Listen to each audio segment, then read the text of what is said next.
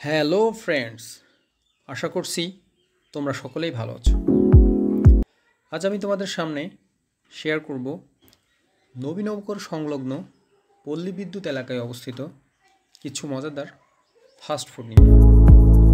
Fast food ছোট বড় সকলের কাছেই খুবই প্রিয়। বিশেষ করে চিকেন দ্বারা যদি তৈরি হয় তাহলে তো আর কথাই নাই।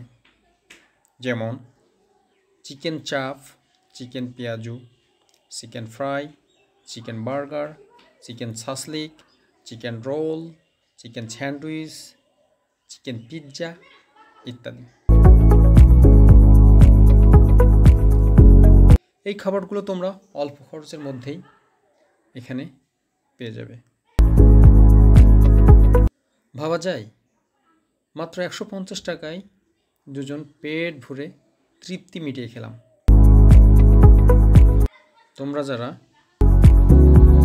সাভার এরিয়ার মধ্যে আছো তারা চাইলেই এখানে এসে খাবারগুলো খেতে পারো।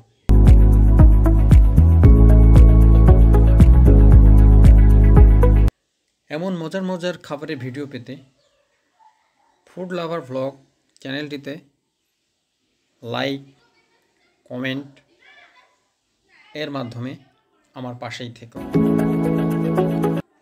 আর অবশ্যই বন্ধুদের কাছে শেয়ার করতে ভুল করবে না। আজ এখানেই শেষ করছি। সকলের সুস্বাস্থ্য কামনা করে আল্লাহ হাফেজ।